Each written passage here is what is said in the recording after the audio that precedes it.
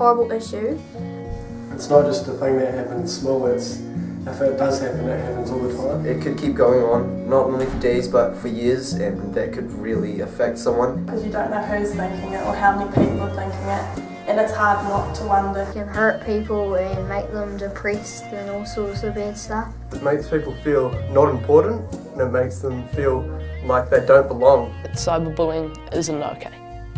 At any time, any place, anywhere, cyberbullying just is not okay. In New Zealand we have one of the highest youth suicide rates in the OECD countries, 15 to 24-year-olds. Hands are bloodstained, there's no chance we'll get away from what we've done. It started out as fun, but we got too high. All the stars blood in the sky. All our dreams became reality, only so did our nightmares, and they stole our screams.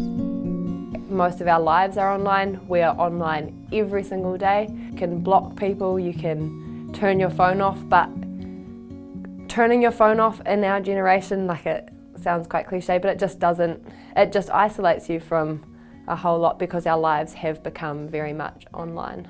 Things like teasing is where there's a balance of power and everybody feels equal and nobody's getting hurt. But when someone gets hurt and there's an imbalance of power and it happens consistently, that's when it turns into bullying. I think everyone probably does experience some form of cyberbullying. Everyone knows someone that has been, or someone that is being, or someone that's doing it.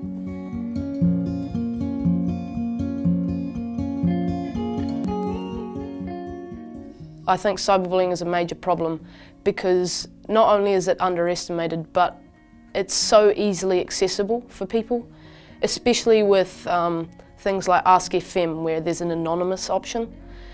And where there's anonymous, that creates that imbalance of power, and then that's how cyberbullying is so easy to erupt and can affect so many people. It's certainly something that we see in Central Otago and has an impact on young people's lives here.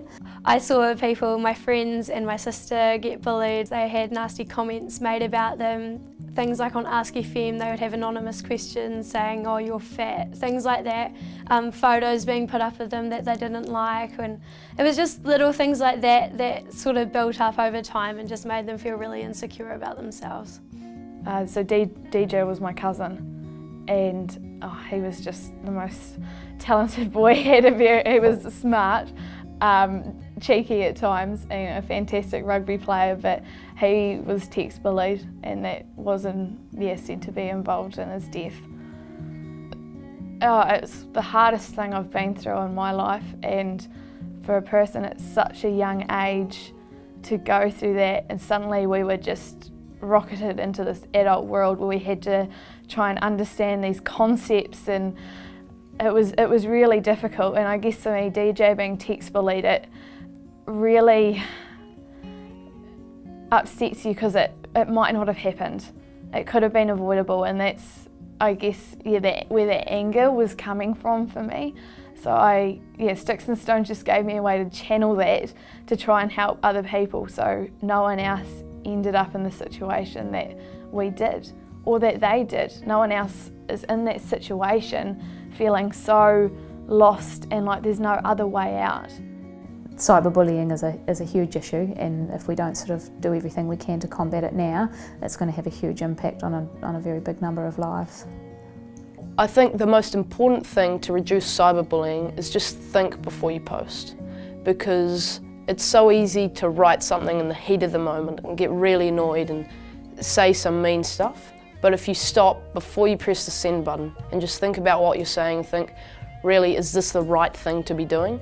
Then I think cyberbullying would drop massively. As if they're judging as we pass them by, and the city's lights, oh, they burn too bright, and I still feel alone in this dark, and I still feel alone in this dark.